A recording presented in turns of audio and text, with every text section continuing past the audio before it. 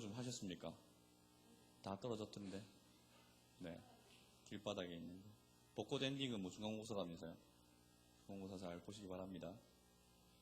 자, 오늘 말씀은요, 엘리야를 통하여서 죽음에 이르는 7가지 죄악 중에 나태함에 대해서 한번 살펴보려고 합니다. 말씀을 전하기 앞서서 이 죽음에 이르는 7가지 죄악에 대해서 더 알고 싶으면 신원아 교수님이 쓰신 죽음에 이르는 7가지 죄악이라는 책이 있어요. 그래서 없어져 버렸네. 네, 있습니다. 다시 나왔다. 네. 죽음에 이르는 7가지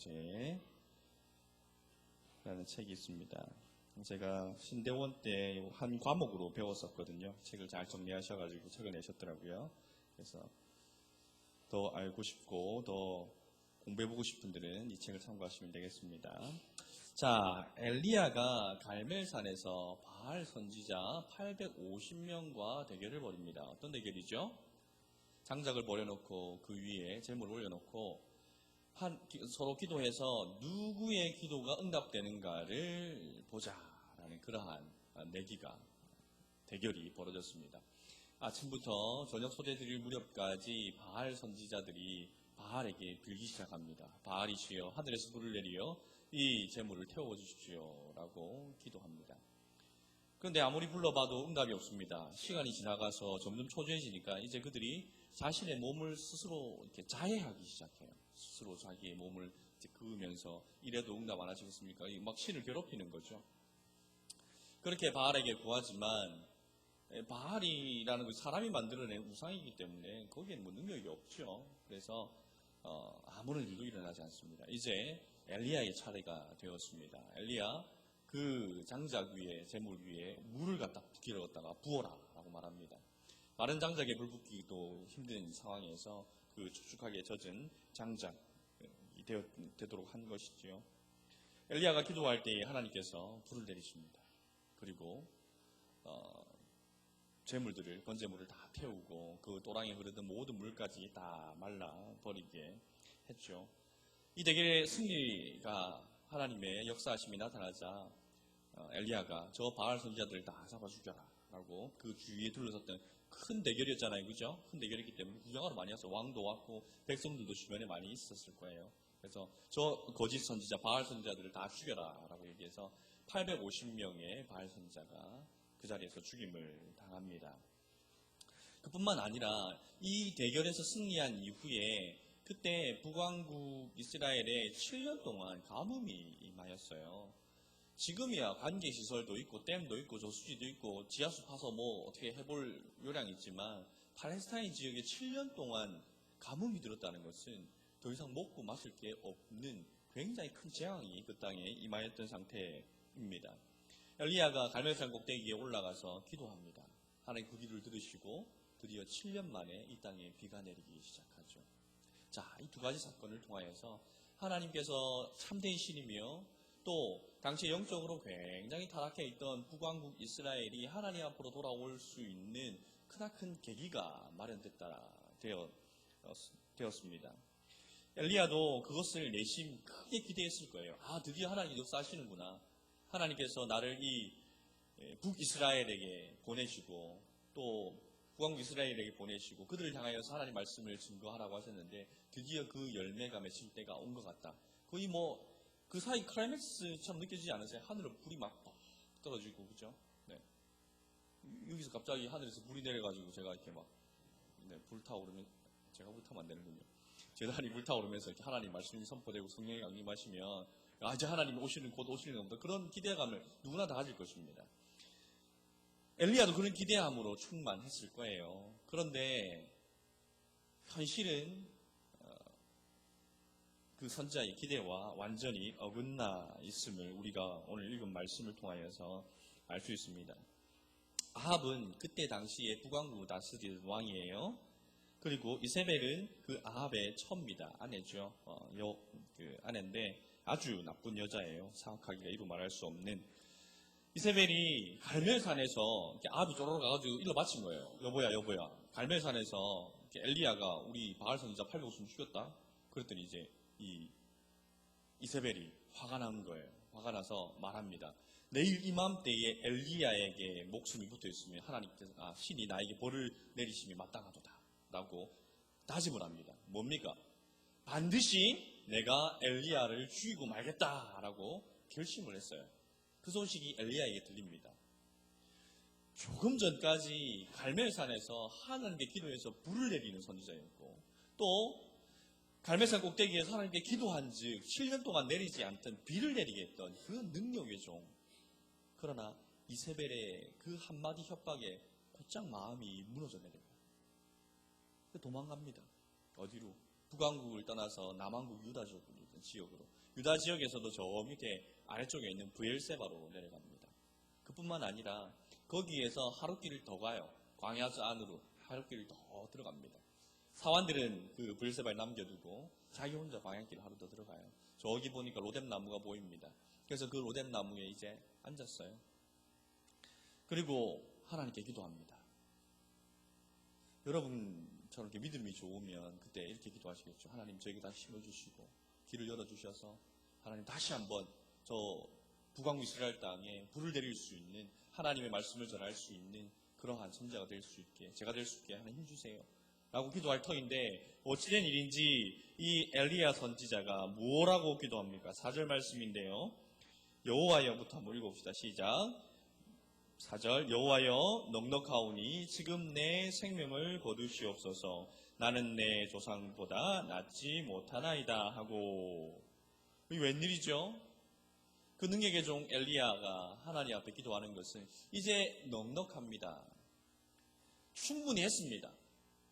제가 하나님 하라는 거 다 했어요. 순종해서 북왕국까지 갔고요. 북왕국에서 하나님 하시라는 거 다 했고요.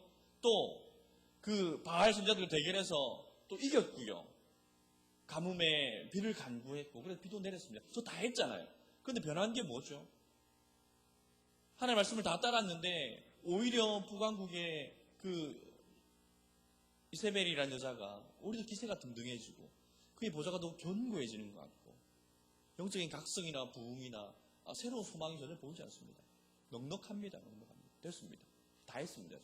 이제 나를 이쯤에서 그냥 데려가 주세요 라고 하나님 앞에 기도합니다.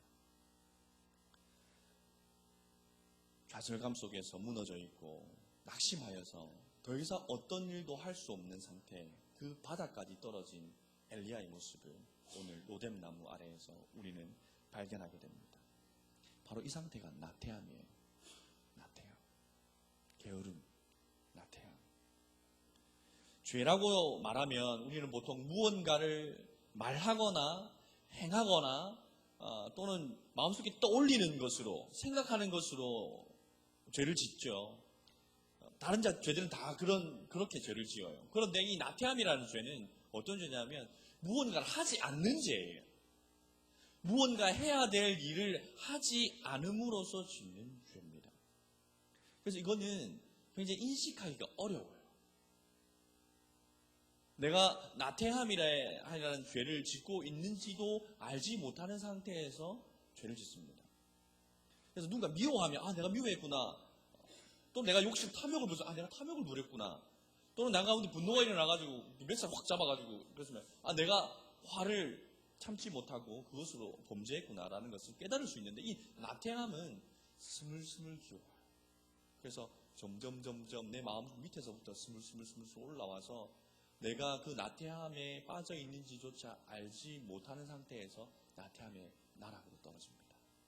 그렇기 때문에 이 나태함은 굉장히 다른 죄들과 비해서 이러한 특징을 가지고 있습니다. 이 나태함의 죄악은 두 가지 증상으로 나타나는데 첫 번째는 우울증. 현대인들을 가장 괴롭히는 정신질환 중에 하나가 우울증이지요. 우울증 걸린 사람들 주변에 보셨죠? 보셨을 겁니다. 네. 그때에 그분들의 삶을 살펴보면 그냥 아무것도 하기 싫어요. 그래서 가만히 누워있어요.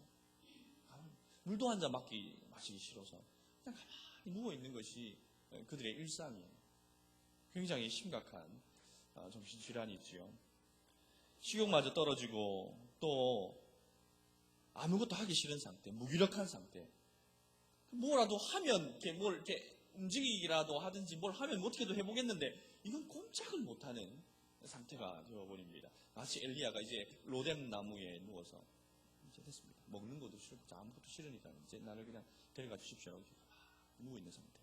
이러한 나태함은 우울증이라의 형태로 나타납니다. 이 우울증이라는 것이 현대에 나타난, 현대의 우리에게 나타나는 그 질병만은 아니에요. 이런 우울증에 대하여서 이미 4세기 수도승인 카시아누스라는 수도승이 이 우울증을 잘 살핀 다음에 수도승들이 우울감에 빠지고 그 우울감에 새어나오지 못하는 모습을 보면서 그것을 잘 분석했는데 그 원인을 살펴보니까 첫 번째는 분노라는 거예요.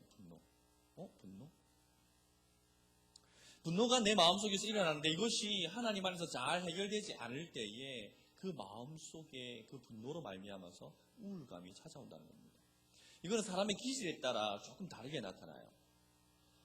외향적인 성격을 가진 사람은 이 분노라는 감정이 일어나고 그것을 통제하지 않으면 어디로 향하죠? 나를 향합니까? 밖으로 향합니까? 밖으로 향해요. 그러면 나의 분노의 원인을 누구에게 쏟아냅니까?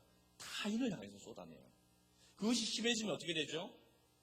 마지막에는 찌르죠. 타인을 찌릅니다. 살인으로 발전이 됩니다. 근데 내성적인 사람들은 이 분노가 해결되지 못하고 이렇게 자꾸 쌓이면 화병이 생기죠. 화병이 생긴다고 그래요. 그러면 그것을 누구에게 돌립니까? 나 자신에게 돌려요. 그래서 이 우울증의 전조 증상은 무엇이냐면 자기연민이에요. 자기연민 뭔지 아십니까? 불쌍해요. 내가 굉장히 불쌍해. 돌아온 삶을 생각해보니까 이 좋은 기억은 하나도 안 나요. 왜 사람이 살아오면서 기쁘고 행복한 날이 왜 단 하루도 없었겠습니까? 근데 이 자기연민에 빠지기 시작하면 그것들보다는 내가 불행했던 거, 내가 슬펐던 거, 또 내가 배신당했던 거, 지가 배신한 거 생각 안 해요. 자꾸 그런 슬픈 쪽으로만 계속 마음을 쏟습니다. 그래서 뭔가 유쾌한 일이 또 즐거워할 일이 일어나서 내 마음에 어떤 기쁜 감정이 일어나려고 할 때 그때 주머니 속에 끄집어 두었던 그 슬픈 기억을 다시 끄집어내서 딱 쳐다보고 그렇지. 내가 지금은 오늘은 잠깐 이렇게 웃지만 언젠가 다시 내가 또 나락으로 떨어질 거야. 이게 묘한 매력이 있어요. 자기연민 빠져보신 분들 고독을 씹어보신 분들 있으시죠? 고독 좀 씹어보셨습니까? 그게 중독성이 좀 있어요. 그래서 그것을 벗어나야지 하면서도 마음 한켠에서는 그것을 또 추구해요. 그래서 내가 얼마나 불쌍한 사람인가. 자꾸 불쌍하면서 자기 연민에 계속 빠지고 그래서 우울감에 빠지면 마지막 결론은 뭐죠? 이 불쌍한 자기를 위로하고 이 불쌍함에서 건져줘야 되잖아요. 구원해줘야 되잖아요. 어떻게? 죽음으로써. 이렇게 불쌍한 나를 이제는 놓아줘야겠다. 라는 그런 마음에서 그냥 뛰어내립니다. 그래서 이 우울증이라는 것은 굉장히 위험한 질병이고 또 죄라고 말하기에는 조금 어려움이 있어요. 이것은 질병에 가까워요. 우리가 암에 걸렸다고 네 죄지었다라고 얘기하지 안 하잖아요. 그렇죠? 우울증 환자를 향하여서 가가지고 아주 그냥 막무가내로 네가 낙태의 죄에 빠져가지고 회개해라! 그럼 절대 회개 못합니다. 절대 그렇게 접근하면 안 돼요. 목회 상담이나 또 의료인들과 상담, 전문 상담의 상담과 약물 치료를 적절하게 병행해야 됩니다. 또는 영적인 문제가 있다면 그것은 기도를 통해서 또 회복되어야 하고요. 우울감으로 이 나태함은 나타납니다. 두 번째 이 우울감의 원인은 이 좌절감이라고 지적해요. 좌절감. 뭔가 굉장히 바라는 일들이 있었어. 그리고 그것을 해내기 위해서 굉장히 열심히 노력했어요. 그리고 믿음도 있기 때문에 굉장히 열심히 기도까지 했어.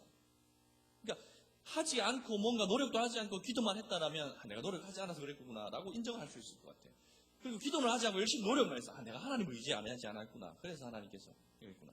이러면 어느 정도 이게 이해가 되면 극복이 되는데 열심히 최선을 다해서 노력했고 기도도 하나님 앞에 빠짐없이 하고 헌금도 없는 형편에 헌금 막 해가면서 열심히 노력했는데도 불구하고 그 일들이 좌절될 때에 우리에게 굉장히 큰 무력감이 다가와요.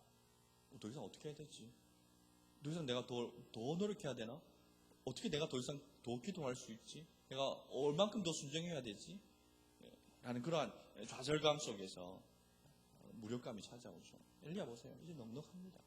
그런 마음이 드는 거예요. 충분히 했지 않습니까?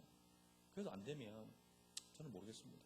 저는 그냥 하나님 뜻대로 하세요가 아니라 하나님 저를 이제 데려가 주세요. 라는 기도가 나오는 것이고요. 세 번째는요. 특별한 이유가 없이도 찾아와요. 특별한 이유 없이. 이 영적인 공격이에요. 영적인 공격. 나도 모르게 아무 일 없어요. 아무 일.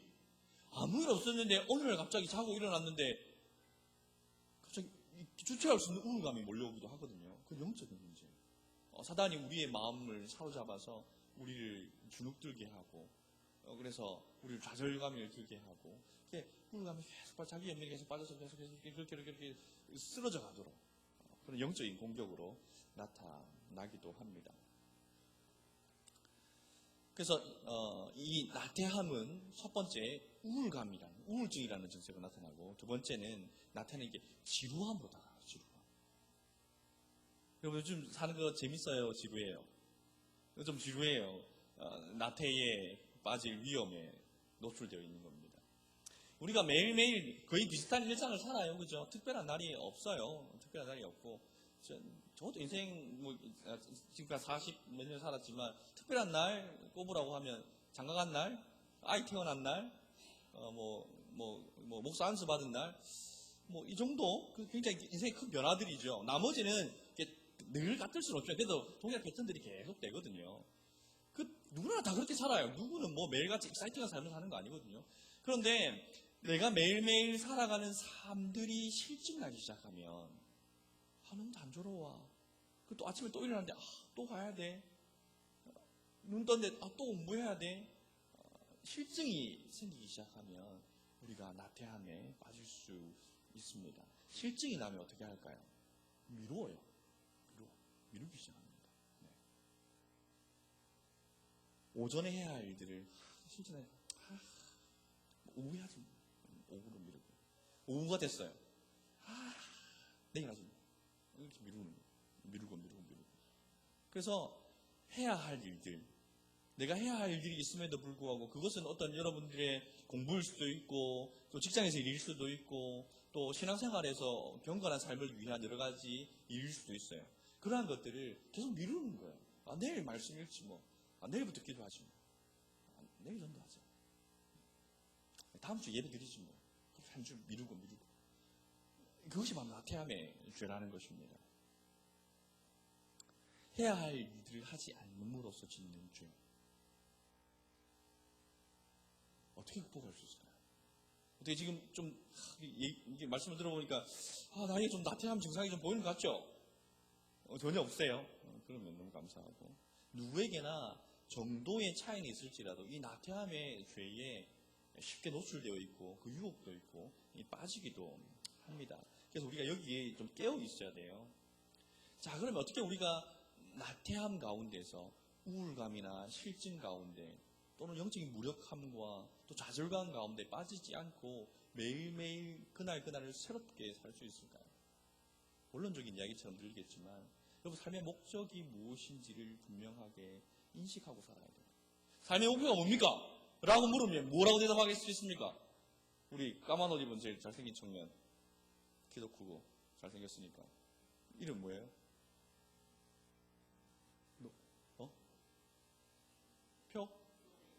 표명훈? 표신혜랑은 무슨 관계예요? 그렇군요. 네. 몰랐어요. 표은혜까지는 알았는데 그렇구나. 표명훈아.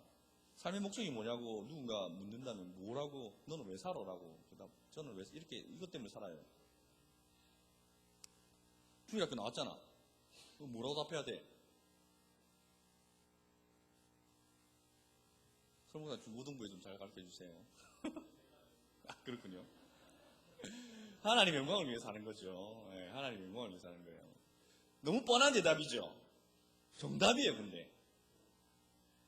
삶의 목표가 뭐예요? 라고 묻는 질문에 하나님 영광을 위해서는 맨날 하는 소리입니다.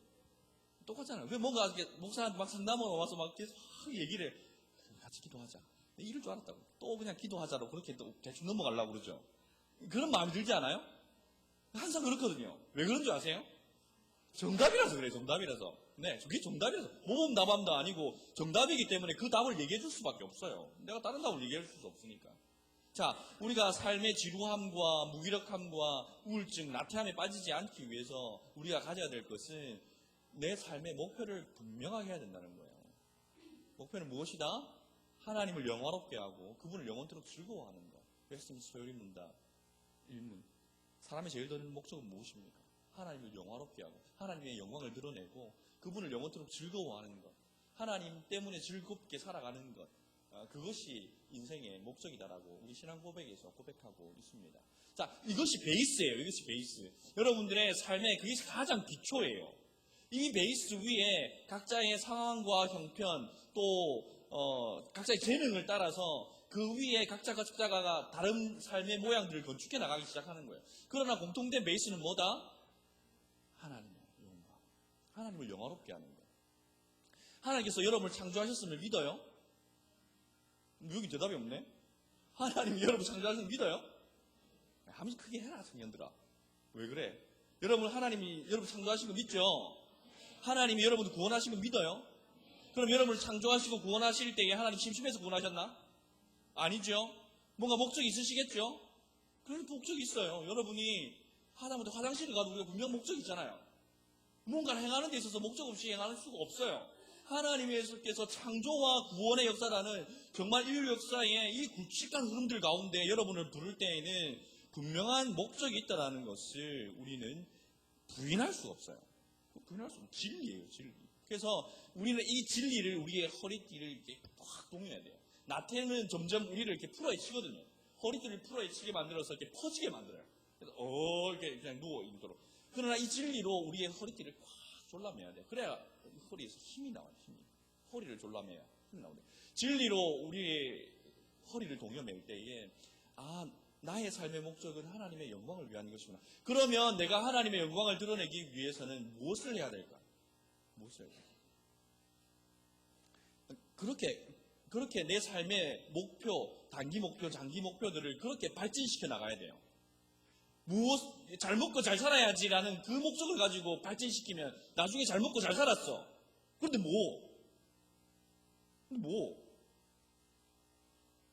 매년 해외여행 한 번씩 갔다 오고 그렇게 잘 먹고 잘 살았어. 그래서 어떻게 할 건데?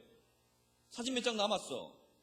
어떻게 구글에 검색하면 나와요. 요즘 죽으면 구글에서 있을 권리를 확인한다 그러는데 다 잊혀지고 다 없어지고. 근데 그게 목표가 될 수가 없어요.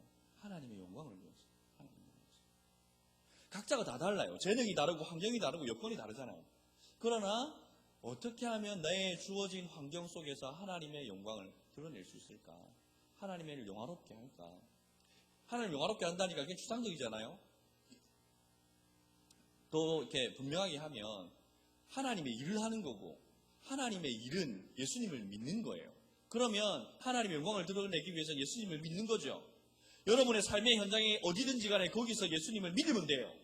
학교에서 예수님을 믿고 회사에서 예수님을 믿고 가정에서 예수님을 믿고 교회에서 예수님을 믿고 데이트할 때 예수님을 믿고 친구들이랑 놀 때도 예수님을 믿고 그 믿음을 여러분들의 삶의 현장에서 드러낼 수 있으면 그러면 하나님의 영광이 그냥 드러나요. 드러난다니까요. 어려운 일이 아니에요. 그 하나님의 영광을 위함이라는 그 삶의 베이스. 하나님께서 나를 창조하시고 구원하실 때 반드시 목적이 있을 것이라는 있는 것에 대한 그 진리를 그렇게 확 동여맬 때 나태함이 우리를 공격할 수 없어요. 내가 그런 사람이 아니라는 거지. 첫 번째는 내 삶의 목적을 발견하는 거. 잘 한번 찾아보세요. 청년의 때에 자꾸 두드려 보시고 여기는 이미 늦었다고 생각하세요? 아직 한참 멀었습니다. 두드려 보세요. 두드려 보셔야 돼요. 두드려 보시고. 네. 나이와 상관없이 하나님 말씀하시면 그때 다 던지고 딱 갈 준비하고 가는 거예요. 네. 그래서 여러분들 아프리카를 안 부르니까 제발 걱정도 하지 말고 제발. 그리고 걱정 좀 하지 말아주세요. 여러분 그런 거 있잖아요. 아무나 안 불러요 아프리카로. 저같이 뛰어나도 안 부르시잖아. 때가 되면 부르실래나? 자, 두 번째는 절망을 잘 이겨내야 돼요. 이런 나태함에 빠지는 원인이 절망감이라고 그랬잖아요. 뭔가 열심히 노력했고 하나님 앞에 기도했는데 그게 좌절되었을 때에 우리 굉장히 무기력해서 털썩 주저앉을 수밖에 없어요. 여러분 그런 진짜 절망 한번 경험해 보셨나요? 인생의 바닥을 한번 긁어보셨나요? 저는 고시 공부하면서 바닥을 한번 쳐봤어요. 군대 갔다 와서 이제 조국과 민족을 위해서 그리고 하나님 영광을 위해서 고시 공부를 시작했어요. 정말로 하나님이 정말 나에게 마음을 주셨어요. 그래서 열심히 공부했어요. 그래서 아침에 일어나서 자는 시간까지 밥 먹는 시간 이외에는 세상에 일어나지 않았어요.